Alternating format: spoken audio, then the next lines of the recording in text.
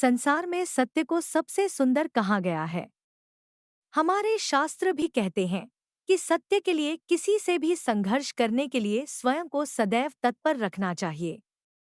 एक सत्य ही तो है जो मनुष्य को 100 झूठ बोलने से बचा लेता है। सत्य की ऐसी महत्ता महिमा होते हुए भी संप्रति संसार में असत्य का बोलबाला बढ़ा है। हालांकि असत्य का आश्रय लेने वालों को सदैव यह स्मरण रखना चाहिए कि अंत में विजय सत्य के खेमे का ही वर्ण करती है।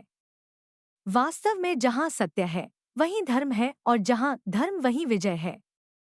यदि हमारी जीवन रूपी इमारत सत्य रूपी नींव पर खड़ी होगी, तभी हम उसे निरंतर ऊंचाई प्रदान करते हुए उसकी प्रकृति को संरक्षित रख पाएंगे।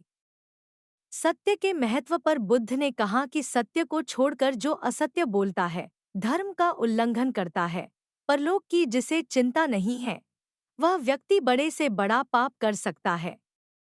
इसलिए असत्य का परित्याग ही श्रेयस्कर है। मनीषी कहते हैं कि मनसा वाचा कर्मणा, यानी मन, वचन और कर्म से सत्य बोलना चाहिए। जो विचार मन में हो वही वाणी में भी होने चाहिए, और उसी के अनुरूप ही मनुष्य का व्यवहार भी होना चाहिए। इसमें कोई संदेह नहीं कि मन, वचन और कर्म से अलग रहने वाले पूर्ण रूपेण सत्य का आचरण नहीं कर सकते। गांधी जी जैसे महामानव सत्य को निरपेक्ष सत्य के रूप में ग्रहण करते हैं, सत्य को ईश्वर का पर्यायवाची बताते हैं, उसे अपनी नीति का अहम अवयव मानते हैं।